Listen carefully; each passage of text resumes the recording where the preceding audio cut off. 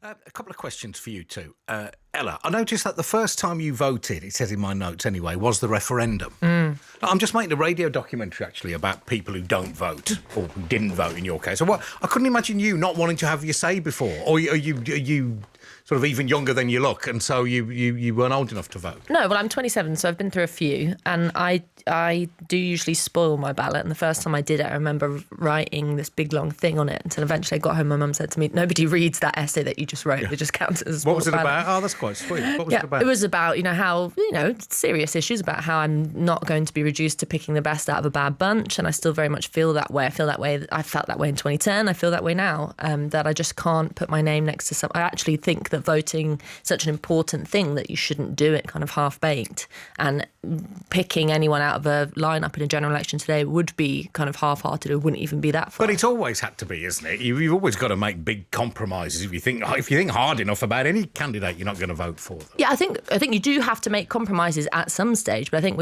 what we've been doing for years now is asking people to not just compromise, but to just set aside any principles they've ever had. So whether you're a Labour voter or a Conservative voter, those parties aren't necessarily holding to their own values. And none of the values of Labour, Conservative, Lib Dem, Green, none of them have ever suited me. So I'm not going to bring myself down to their level. And it might sound high and mighty, but I kind of take politics quite seriously in that respect. OK, that's interesting. But it said your first vote was in the referendum. And which way did you vote in that? Leave.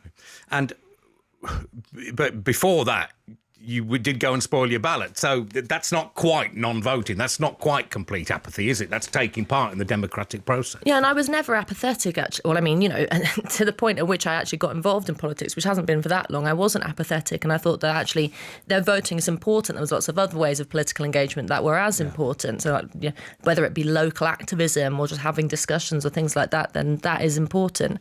But I think the thing about the referendum for me, I actually didn't, I'm not going to say that since I was 16, I've really been cared about the European Union and it's been this axe that I've been grinding for years. It was very quickly after the discussion began and the referendum was called, I suddenly realised that this was an opportunity to do something massive and potentially destructive to British politics, a kind of creative destruction of which we're now living through. But I think that, You're still pleased you went for that because the baby could go out with the bathwater here. If you take a wrecking ball to the whole thing, is that Remainers would argue. Yeah. Do you still think it's a good move? Day by day, more than ever, because I just think that the Labour, as we're watching the sort of slow death of the two main parties, I think that can only be a good thing for a change in politics.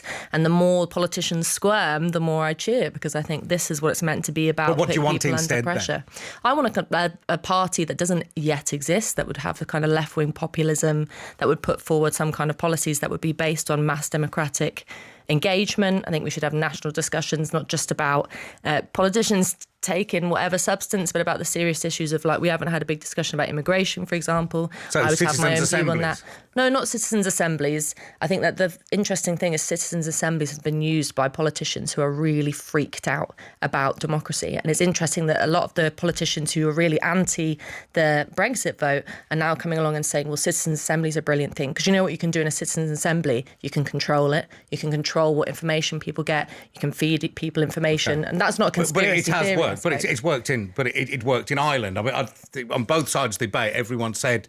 I'm pretty sure everyone said that was a success, wasn't it? It engaged everybody in the more technical argument. The fascinating thing about Ireland was that pro-choice campaigners had for years and not decades been calling for a referendum. They then were palmed off with a citizens' assembly. The citizens' assembly came out and said, our suggestion is a referendum. So the whole point was largely a bit of a waste of time, even though it created quite an interesting debate at the end. It was a situation of the main thing you have to do is put this to the people. More people were more informed about the issues involved via the Citizens' Assembly. You could suggest that, but I think that that's underlying that is suggesting that a population without the guiding hand of the establishment cannot inform itself. And that's something that's been... But do you think the population is informed now? I'm just not on Brexit, on a variety of things. You think there's wisdom about economic necessities and social care and climate change? Do you think there's a wise electorate? I think that I think there has always been wisdom in the crowd, and I think that people have been done down in relation to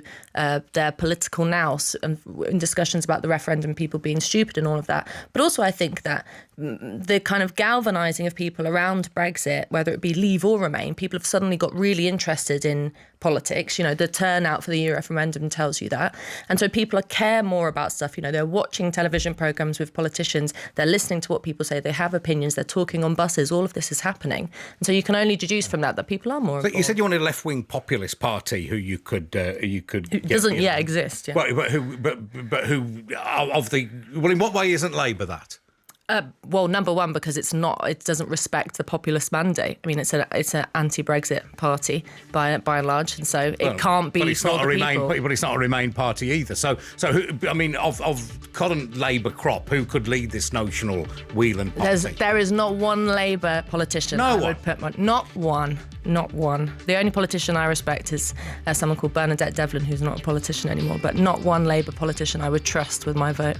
How do you square the populist thing with 48% of people voting to remain? Because that was a democratic... are we going to do this? OK, let's do this. That was a democratic situation in which you agreed to go with the thing that won, and if you don't agree to go with the vote that won, then you're not a Democrat. Simple as. That's simple. OK. Good, you heard it here first. This is question time. Extra time, do join in. Call us 08085 909 693. Text 85058.